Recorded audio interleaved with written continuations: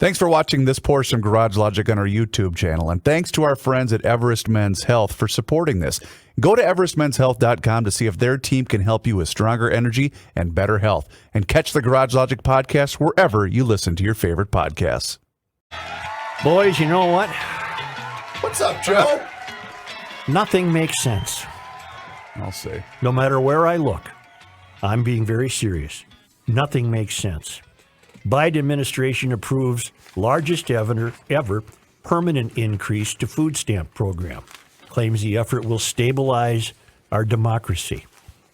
They announced yesterday the largest ever increase to the federal government's supplemental nutrition assistance program, approving an additional $20 billion for the already expansive initiative. Nothing makes sense. Well, I can make sense of that. That's easy. Well, but the airport's having a job fair. They need 700 employees. There's hiring signs everywhere. Why are you playing into the idea of not working? Ooh, Kenny's got an answer. Kenny. Yes, Kenny. Pick me. Hey, you. Government dependence. Right. He wants to increase government dependence. Well, listen to this one. Nothing makes sense. President Joe Biden authorized $500 million in aid relief to Afghan refugees yesterday, according to a White House news release. Mm-hmm. The money will come from the United States Emergency Refugee and Migration Assistance Fund for the purpose of meeting unexpected urgent refugees and migration needs of refugees, victims of conflict, and other persons at risk as a result of the situation in Afghanistan, including applicants for special migrant visas, according to the White House. And then the rest of the story is the chaotic scenes from yesterday. So there's no explanation of who is going to distribute the $500 million, how, to whom. What does that matter, Joe? We don't need nothing. Any This doesn't make sense. Could the $500 million have been reduced if you had a more orderly withdrawal from the country? I guarantee you that money will end up in the wrong hands. Yes. You trust the Taliban? Sure. What if the money has to go through the Taliban? Hell, I don't even trust our own government. Who we're asking to be nice. Oh, be nice. Come on, just be nice. Oh, speaking of that, did you see the... Nothing makes sense. Did you see the CNN reporter on the wearing scene a burqa yesterday? Yeah, I got to play that stunt has been done millions of times. I got to play that little audio for you. Christine Amanpour, she's worn a burqa, you know. They're just chanting death to America, but they seem friendly at the same time. It's utterly bizarre. By the way, that is not a bit. Nope. Neither was the audio. I think from her last line, though, kind of qualified that, speaking about how bizarre it was. I don't think she was trying to say, these are good people. I think she was saying, this is the weirdest damn thing I've ever seen. Yeah. Huh. Her last line there. You think that, huh, John? English, do you speak it? Oh, wait, I can't use the other line, can I? Nothing makes sense to me. But they seem nice. They're just chanting death to America. Why are you authorizing $500 million more dollars of Americans' money when you created the situation that requires the $500 million? Can you imagine? I'm going to do it. What the hell? Why not? Can you imagine if this was all taking place under the previous regime? Well, the point is it didn't. Yep. And the conditions, see, Biden tried to he said the buck stops here, and then he started blaming everybody else. Yeah, exactly. But what Trump did when he negotiated with these toenail painters is he said, look, if you bleep this up, you're going to get bombed like no country's ever been bombed before. What did they do for the last year, 18 months? Not one American casualty. Right. They behaved. They did. And he said, they believed him. You'll get bombed like no other country's been bombed. We'll bomb every bleeping cave you own. I for one, I miss that kind of swaggering ego. But Joe, he said mean stuff on Twitter. I enjoyed his speeches because of that. That wasn't a speech. That was the meeting he had with them. Yeah, I know. Well, don't forget he also released $500 of the Taliban, including the fellow who now runs the country. He was released from prison. Yeah, he sure did. John, Yeah. doesn't that play with my theme? Nothing makes sense. Yeah. Yes. Nothing certainly makes does. sense. But I guess what my point is, imagine the way that this story would be covered differently. Oh, we know that. That's obvious. I'm just pointing that out. I'm just pointing that out. You know, Kelsey's a deep thinker, and he's been a longtime friend of the show and a longtime contributor. And he has written one hell of an email. I don't want to read the whole thing. It's the longest one he's ever written. But he sees a real bad moon rising here. I mean, In the seriously. country, in Afghanistan, the This- world. This country. All the above. He believes the ultimate goal of the elites, and he would include the current administration, well, anybody that's an elite, is to destroy America and Europe, and they have just about succeeded. It is not an accident that Europe's elites have flooded that continent with anti-Christians. No sane person would knowingly bring the most dissimilar people on the planet to their home and expect anything other than total anarchy. Not just dissimilar, but people who believe that their God requires them to destroy anyone who doesn't believe what they believe. The final piece of the puzzle is to crash the world's economy, and then the game is over. The recent massive addition of debt and the accompanying inflation is not an accident. Artificially keeping rates low for this long also enabled them to place more Americans in personal unsustainable debt than ever before. When the financial bubble bursts, they will buy up America for pennies on the dollar. This includes businesses, homes, and farmland. They will make this country a renter nation, with them owning the housing and food production. Bill Gates and other billionaires are already buying up billions of acres of prime farmland, and a huge percentage of housing units are being scooped up by corporations. I'm not going to give them the "we don't know that" because I've read that. They know that once they control shelter and food production, we will be their slaves. They are going to exploit this country the way they have always exploited third world countries, which is exactly what we will become very shortly. We will be treated like African, Asian, and South American countries were in the last century. America is not special to them. It is just another resource-rich landmass to market and exploit. It is nothing more than another dot on the world map. We have always bragged about our national and state parks and other public lands. Well, the only reason we have them is because we as a nation are rich. With the debt bomb coming, these areas will be luxuries we can't afford to protect. Get ready to see those areas opened up and destroyed.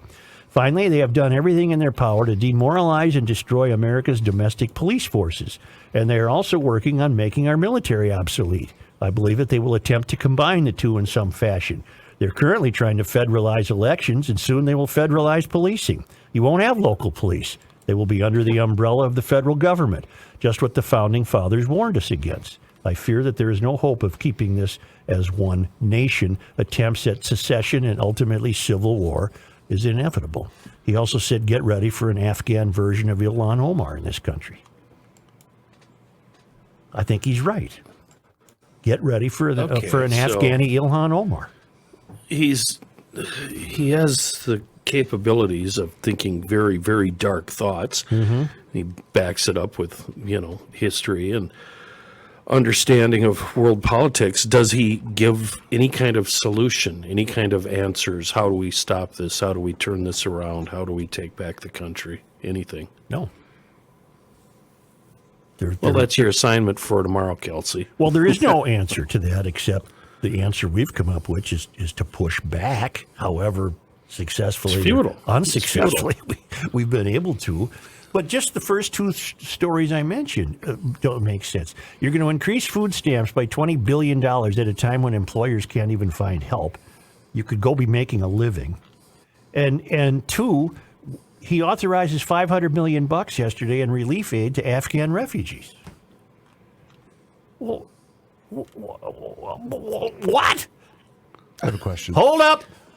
Wait a minute. Something ain't Something right. ain't right. So, something's going on that we don't know anything about. in your lifetime, Yep. and you guys are older than me, Boy, and it's almost over. has the country ever had the appearance of being weaker than it currently is right now?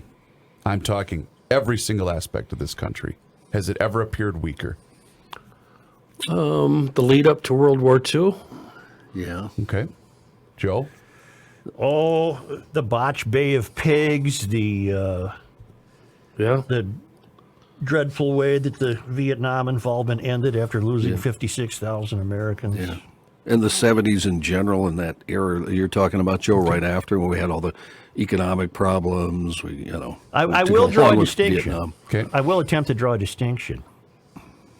Those were set pieces, independent of the country essentially working. Whereas today, the calamity in Afghanistan seems to be par for the course. Does that make sense? The Bay of Pigs was a very tense situation, but it was happening. It was happening at its own event and did not reflect a faltering ideology of the American spirit. Oh, right. I think this does. I don't know where this will lead us, but we're no longer looked at the same way now around the rest of the world. I don't know where this will take us. Are we to be flooded with Afghanis who are going to establish their own territories in Minneapolis like the Somalis have? And there's your next Afghani, Ilhan Omar. We have.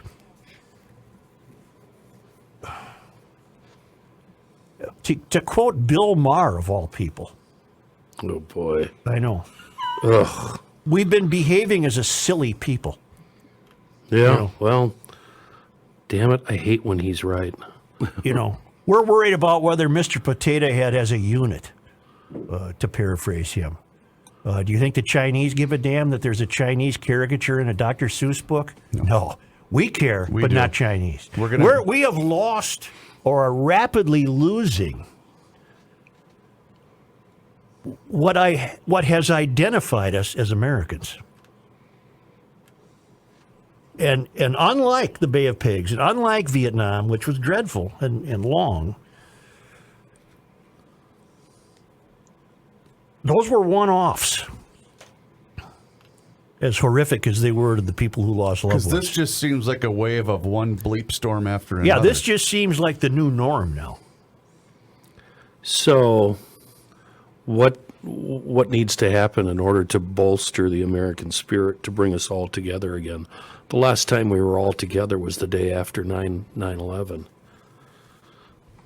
Yeah, and I have a prediction about that.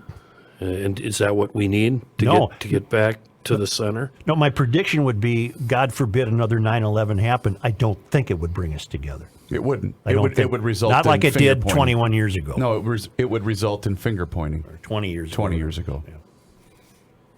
So there wouldn't be a rush to join whatever military division of your choosing, Marines, Army, Navy. Kenny, you can't even get high school kids to make $15 an hour at Super America. You think that Where are they getting their money? from their parents? I don't Nothing know. makes sense. Nothing makes sense.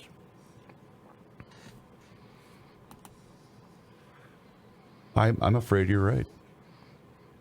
Joe, I currently live in the belly of the beast in Arlington, Virginia, just over the border from D.C. I grew up in St. Paul near St. Catharines. I'm a retiring military and ended up out here because of my follow-up contracting work. You can't believe the frustration and anger me and my military colleagues have over what happened in Afghanistan. Who's responsible? I've had to live among the media and political elite in the nation's capital for a long time, and this article articulates better than ever I could why we are in such danger with these hapless people running our country. And he linked me to a piece in realclearmarkets.com that I haven't gotten to yet, but I appreciate being reached out to from Arlington, Virginia. There was a great tweet that I posted yesterday from, of all people, Jay Glazer, who covers the NFL for Fox. But basically, he just said, today's the day you need to call a vet.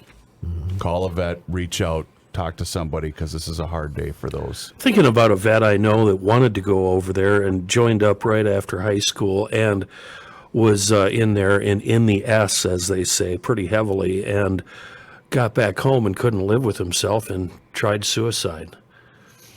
Joe, regarding your discussion pertaining to the events in Afghanistan for Monday's show, I am a parent of a Marine who served in combat zones in both Iraq and Afghanistan. I also have a kid who currently serves in the Army. Both serve proudly. They went into their respective branches knowing full well the consequences that could befall them as they served their country. When my Marine was deployed into Afghanistan, he was in Helmand province during a time when things were intense. We prayed nightly for him and his fellow Marines safely during their 7-month deployment. Periodically, we would get a phone call that came across our cell phones with a very strange caller ID, and they came at all hours of the day and night. Those calls came from his vehicle commander's satellite phone. When they came, there was always a feeling of excitement that our son was calling, but there was also a sense of trepidation at the same time for obvious reasons. When his deployment was up, I am thankful to say that his brigade was the first in a long line of light armored combat brigades that suffered no casualties during their deployment. When he returned back from Afghanistan, my family made the trip to 29 Palms to welcome him home. We wanted to show him and his fellow Marines we were proud of them and appreciated their commitment to our country. I am old enough to remember our Vietnam vets coming home and how they were treated as pariahs. I was not going to allow that to happen with my son and his fellow Marines. I am happy to say we were joined by hundreds of other families when those Marines arrived on those white buses at 29 Palms in June of 2011. My kid made it back from 2 deployments in combat zones. Over 2,000 of our service members did not. Another 20,000 plus were wounded, suffering terrible physical trauma. As events have unfolded in Afghanistan in a chaotic manner over the last few days, the current administration, along with the top brass of the Pentagon, have done a great disservice to all the men and women who have served honorably in Afghanistan. Incompetent leadership by failing to generate an exit strategy after 20 years and to replicate Saigon in 1975 is inexcusable. I can only imagine the mental pain and anguish of the parents, spouses, sons, daughters, brothers, and sisters of those who have experienced the loss of loved ones who served so honorably. It pains me as a parent, and I have not experienced that kind of loss. To exit this 20-year war in such a dishonorable and chaotic manner is a disservice to all the soldiers, sailors, Marines, Air Force, and Coast Guard personnel who have served and currently serve along with their families. If you should read my letter on your podcast, please don't use my last name. There aren't too many folks, I won't even mention his town, who have a kid in the Marines and a daughter who is an Army officer. Thank you for what you guys do. But we don't do bleep. Thank you for what you do. We don't do bleep.